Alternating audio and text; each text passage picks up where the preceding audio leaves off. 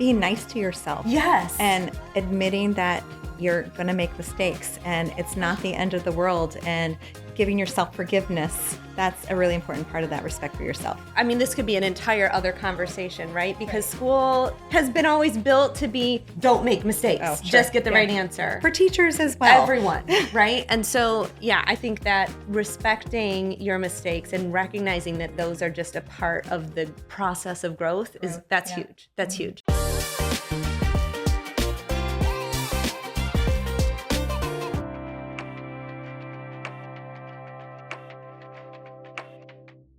Welcome, everybody. Thank you for joining us today. We're going to be talking about the tips and tricks to manage your classroom and save your sanity. I'm Amanda Bratton. And I'm Lisa Thane. And this is Education Uncharted. So this is a great topic. I love this, especially towards the beginning of the year, thinking about setting our expectations and starting the year off right. So what are some of the elements that are part of setting expectations? And what do you think is important for teachers to consider when starting off their classroom to make sure that their classroom has good management style and they're not constantly in chaos? I will be honest, Lisa, this was, for me, the hardest part of teaching, right? Every class has a different element of surprise. Every year brings new students with new expectations. And I would try something new every year. And every year I would find little bits that worked and little bits that didn't.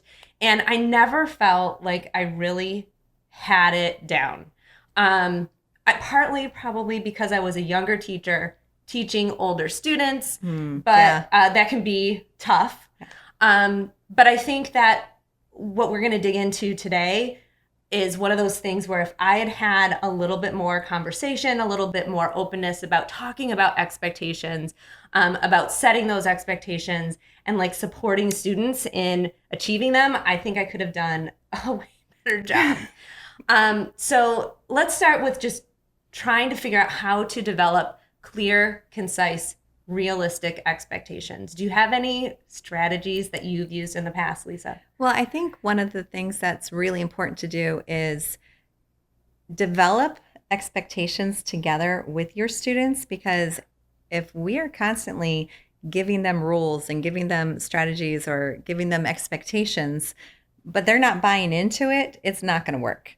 So we can be as tough as we want, and then the students are going to be like, yeah, so what? I mean, what does it matter? And then you've lost them, right? Oh, totally. Totally. And then, I mean, if you don't have that, then there's no chance you're going to be teaching. There's no chance you're going to be doing anything, and you're just going to be managing behaviors all the time. Mm-hmm. So I think developing norms together, or even just asking, what does a good teacher look like? What does a good student look like? And what do you need? Because, I personally, one of my pet peeves is those constant noises in a classroom. So I'm very sound sensitive. And I know a lot of students are, but there's a lot of students that just want to be boisterous, and it's just in their natural personality. So I kind of have to balance my personal needs and the student needs at the same time. So if I just set a list of rules in the classroom because it's fitting my needs, then this isn't really a shared community, is it? So when you're developing these expectations, these shared norms, how did you do that in your class? Like, did you say, okay, today is the day where we're going to set the rules for the classroom? Or was it like, here am what did it look like in your classroom? I'm just curious. I mean, it's a class meeting. So we bring that class meeting together and I say, this is what I need to be an effective teacher. What do you need? And then we just have a discussion about it. And sometimes it takes compromise. So if the students are like, I want to walk around the classroom and go wherever I want, and I want to be able to talk to my friends and sit with my friends all the time, I mean, that's great sometimes. But we have to balance that with the needs of everyone else in the classroom and with us. I mean, we're an important part too. For sure. I remember one of the key ways that helped me kind of manage this piece is that we would have the class meeting, right? We would kind of develop the expectations for the entire community. And then I would post them, Mhm. right? So that I could refer to that and kind of question if we were going off track, like, are we following, Yeah. the expectation that we set for ourselves? And that was, I had to learn that because we set the expectations and then it was like, and here's your photocopied version that you put in your binder because I was a high school teacher. And then it was like, oops, that's gone. It's lost. It's never to be found again. So having that posted on the wall was something that was really helpful for me. And I think actually one year we did every single class period so that kids really were like, this is my classroom's expectation. Oh, that's great. So and it you was had, just like, language. Yeah, and they were very, very similar, right? Like Right. they really were not very deviated at all. But it was the words that they chose, right? And it was the language that reflected that classroom's Right. expectations. But in the long run, it was really the same thing. It was. Right. Well, now with middle school and with elementary, I don't know if you had to do this in high school, but we had to model all of that. So, and it was actually probably one of the funnest classes too, because it's not just a lecture, but I'd actually have the kids come up and model, what does a good student look like? Or let's model how we should sit in our chair. And then let's model how we shouldn't sit in our chair, if that was one of the classroom needs. And of course, the kids like to come up and be silly. And usually I had them be the good one and I was not the good one. And I'd fall out of my chair and roll around on the classroom floor and throw papers. And this is where I got to be a kid. And they can identify. And they probably loved it, right? They were like, oh, she gets us. She gets us. I know exactly what you're going to do. Yes. Oh, exactly. Yes. So, but it was fun. But it was a fun way to say, this is not just me giving you, it's that top down, right? It's not just me telling you what to do. But then also, what we did is we evaluated ourselves at the end of every week. And I had them evaluate me, and I evaluated them, and they evaluated each other. So we would say, this is what we expected. This is what a good student is. So they'd always put things like, a teacher should be funny. I'm not funny. I try. I'm really not funny. But they would rate me at the end of the week. How well am I doing to meet these expectations? They want a funny teacher. Am I doing a good job of being funny? And I'd get some low scores. But you know what? I could also tell them, how are you doing with keeping up the rules in the classroom? Or how are you cleaning up the classroom and making it a safe space? So, which actually, let's talk about that. What would you say the most important things are, the most important expectations are for the classroom? I think that we definitely want to make sure that we're being respectful, right? Mm-hmm. So like respect is such a huge piece of the expectations in a school, right? And there are lots of different ways to kind of dig into that idea. So it's respect for yourself, and that embodies a whole lot. Like making sure you're doing your homework because that's part of you building yourself. Basically following up with the things that you have been asked to do to better yourself. Being nice to yourself. Yes. And admitting that you're going to make mistakes and it's not the end of the world, and giving yourself forgiveness. That's a really important part of that, respect for yourself.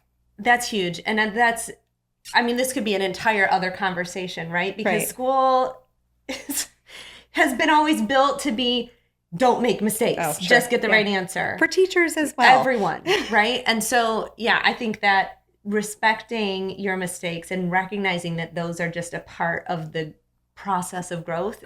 That's huge. That's huge. So respect for yourself, respect for your classmates and the other people around you, respect for your environment. I cannot even tell you how many kids had to come in and wash desks because they decided that they weren't going to pay attention and they were going to draw. Luckily, it was almost always in pencil. But draw on their desks. And so that was, like respecting your environment is so important. Yep. So that for me was always really big. Yeah. What about for you? The other one, in addition to those, so I absolutely had respect. The only other one that I thought was essential was communicate your needs. Because I am not a mind reader. And so if you need something from me, you need help, you need a pencil, you need to use the restroom, you need something, communicate your needs versus just getting frustrated, because that's what happens with a lot of students when we talk about behaviors or issues. It's because they have an unmet need. And it could be something super small. So tell me what you need. Tell me if you're not feeling well. Tell me if you had a really rough night. Tell me so I can make it better. I can support you through it, or we can work together and say. And there was times because I have chronic migraines. And so I'd walk in, lights are off, and I'd say, okay, guys, it's a quiet day today. Until I can get through this headache, because I don't want it to be a full blast migraine, I need your help.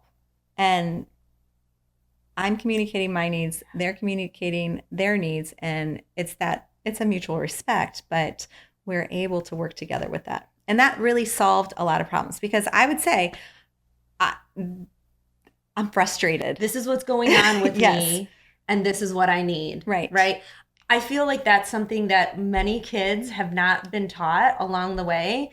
I definitely saw students in high school that did not know how to communicate their needs clearly. Mm-hmm. And it would be something like, I don't have a pen. Okay, you don't have a pen.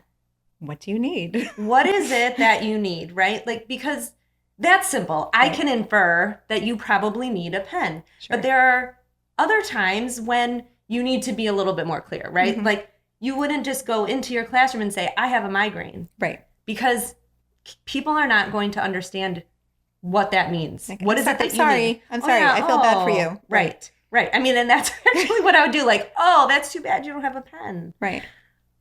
What do you need? You need to borrow a pen. Got it. That's the place where the pens are. Go grab one, right? So teaching that, right, mm-hmm. is critical. And just because we have kids who are teenagers, it doesn't mean that they know how to communicate those needs. No. So continuing to help express ourselves over the course of our lives, that's a really big part of having an operating classroom, for sure. Yeah, that actually came up recently with my own child who's a middle schooler, and he got a text message from a friend who is a good friend. I know this friend, and the friend called him a name. And it was something that hurt his feelings. So he asked me, well, how do I respond to this friend? What do I say to this friend? Because I think he's joking, but I still didn't like it. And I said, well, tell him I don't like it. And so then he responded back, LOL. That's what the friend said. Oh, the friend wrote back LOL. Okay.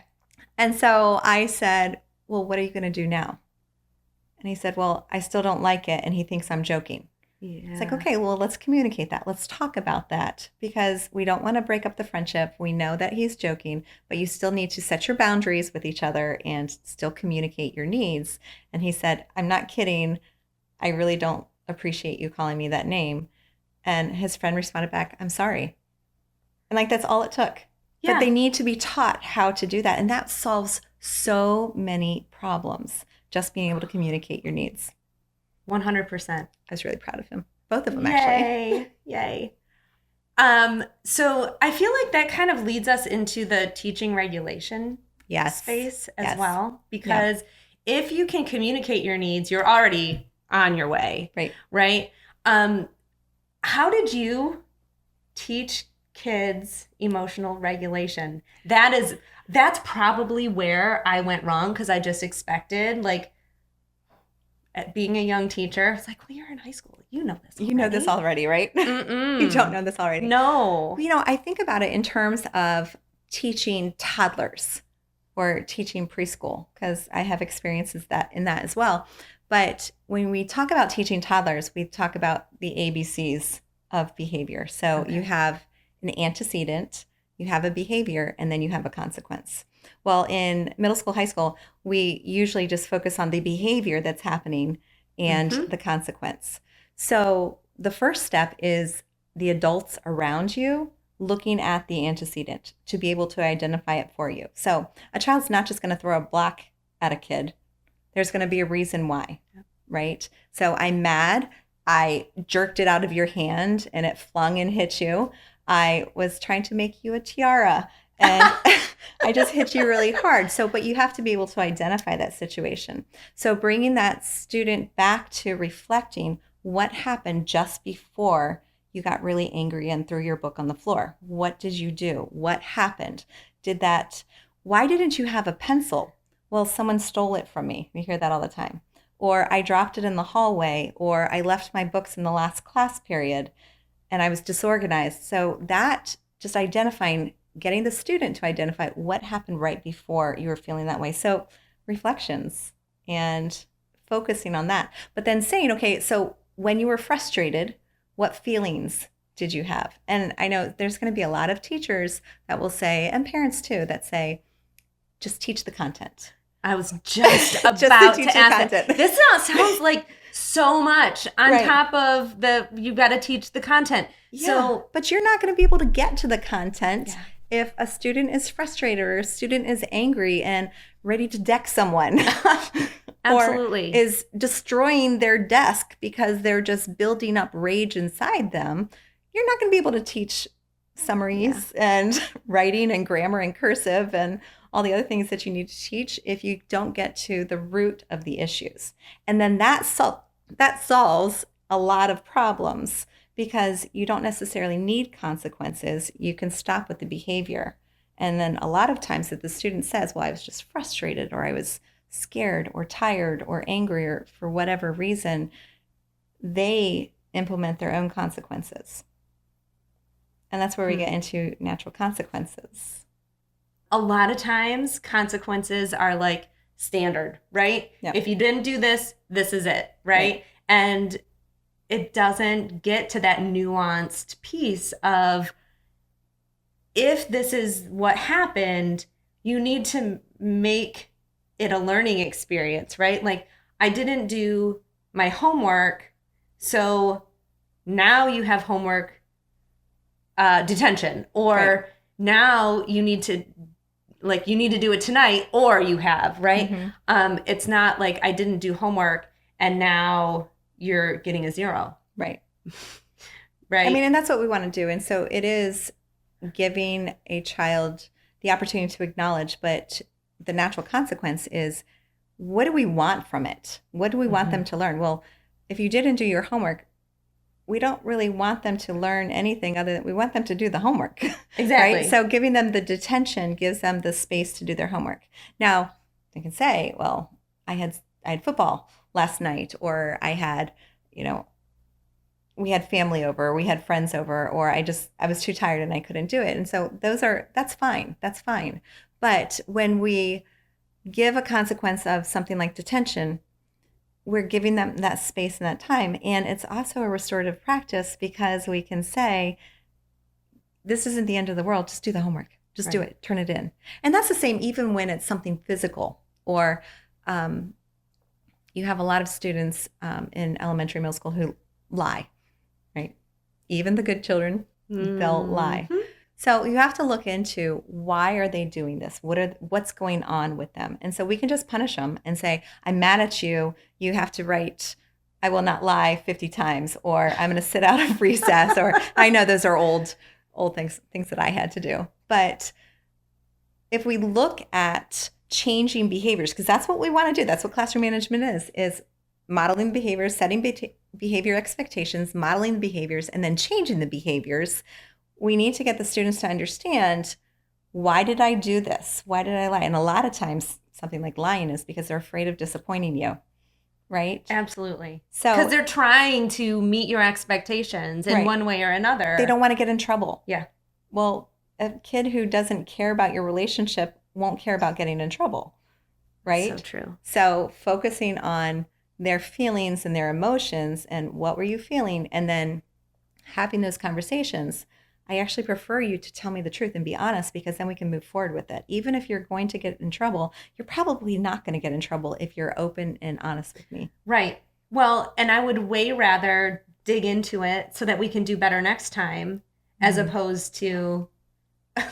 just, yeah. Yeah. I remember, okay, this is going back to when I was a student, not when I was a teacher even. And it was a very silly expectation and then a sillier consequence the expectation was that we had to have our textbooks covered. Do you remember Yes, that? yes. Like you The had to paper put bags. like the paper bag Paper over bags. the Mhm. book so that you could extend the life of the book for another 6 months. I don't know. Anyway, that you was the something to write on. expectation. And it was like you had to have it done by the end of the first week of class. Right. And I don't know. It was a middle school thing. I don't know if I was just like, I'm not going to cover this book. I like the cover. This is stupid. Whatever. I didn't cover it. And I had to go to general detention for not covering the book. And I was a good student. Like I think that might have been my only detention ever. I can't see you in detention. So there I was because I didn't cover my textbook. I was in detention and it just felt so silly. And I lost all respect for that teacher because of a poor expectation and then an even poorer consequence. Like could I just cover it? Right. Like could you just say you must cover this today or I'm going to call your parents and tell them you're not, I don't know. Anyway, to me it felt really silly and I lost respect for that teacher because it just didn't seem like a meaningful thing to do in all ways. So what are some expectations that you think are pretty common in classrooms that maybe need to go? The sitting in your seat and straight up at perfect attention. I am a firm believer. I mean, I am rarely sitting just straight in my seat. I always have my feet up or I have my knees up or I'm doing something or I sit on the floor a lot and it makes me feel better. So why wouldn't we expect our students to want to do that? And so there is I know there's an acronym that I've used in my classroom. It's called SLANT. And it's how you observe and show that you're paying attention. It's sit up, lean towards the speaker, ask questions, nod, and then track with your eyes. Oh my gosh. Yes, I remember that now. Uh-huh. So, and it's great. That's a great way to show that you're engaged. But you know what? I can do that from the floor. And I can do that face to face with someone else. And so I love the classrooms that allow flexible seating. And, sometimes I want to sit in a chair and there are kids that will always fall out of that chair, right? No matter what. So put them on the floor, put them on with the cushion on the floor. So give them the opportunity to show that they're listening and paying attention, but in a space that's comfortable.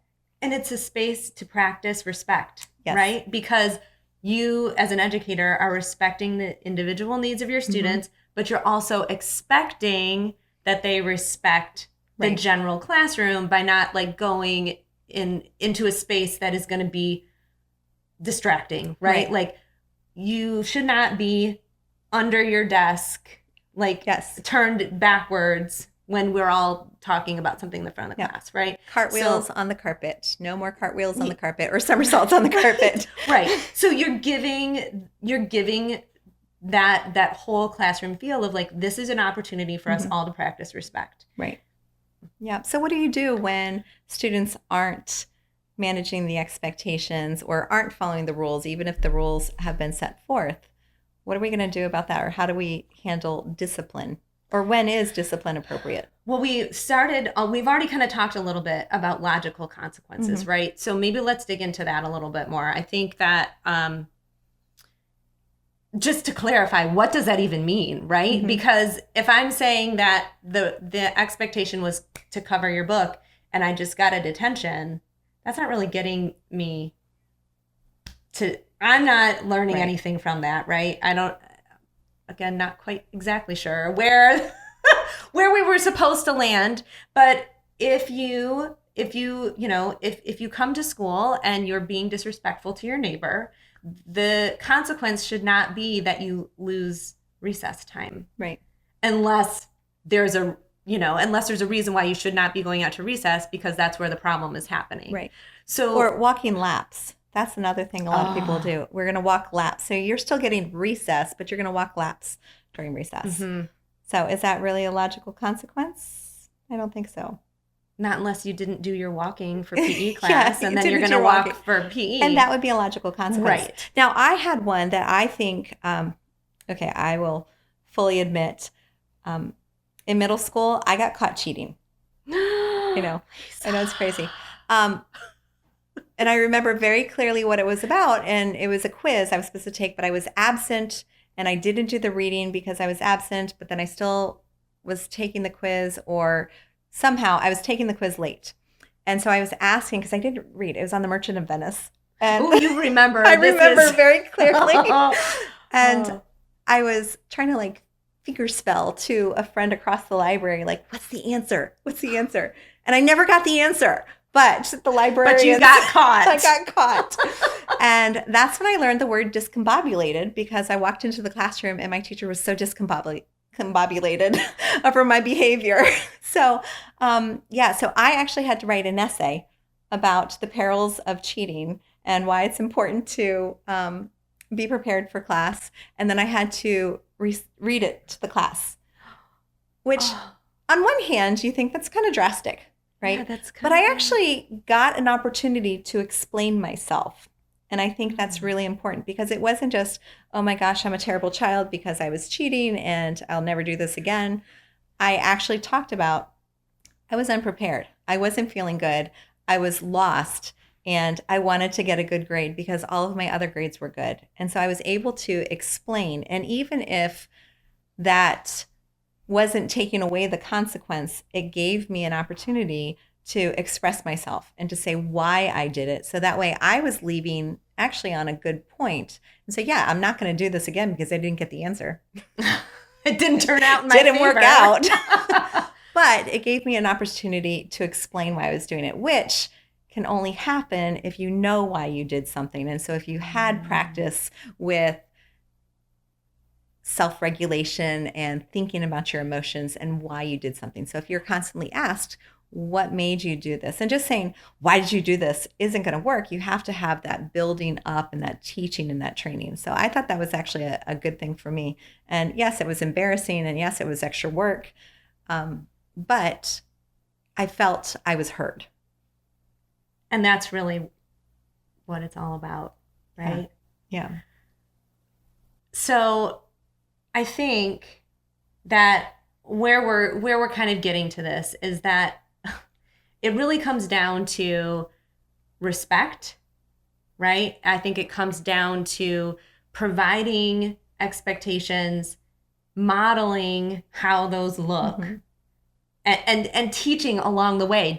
We're not expecting students to come in. We shouldn't be expecting students to come in and understand every expectation that we have for them. Right. And we really can create a culture in our classroom where not only are we seeing positive, supportive behavior, but we're seeing improved outcomes because students respect us.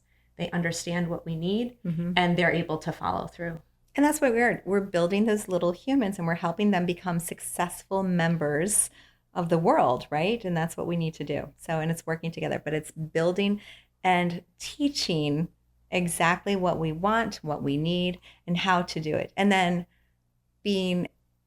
acknowledging that they're going to make mistakes just like we've made mistakes in the past, and that's not the end of the world. We can move on from there.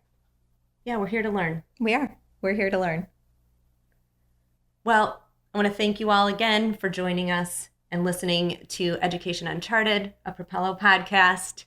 Hit that subscribe button. Make sure that you never miss an episode. If you like what we shared today, we would love to hear from you. Mm-hmm. So please consider giving us a rating, leaving a comment. We want to hear what you have to say. Comments are fantastic for supporting other teachers who are learning and growing just like we all are. And please share with other education trailblazers just like you. So, until next time, I'm Lisa. And I'm Amanda.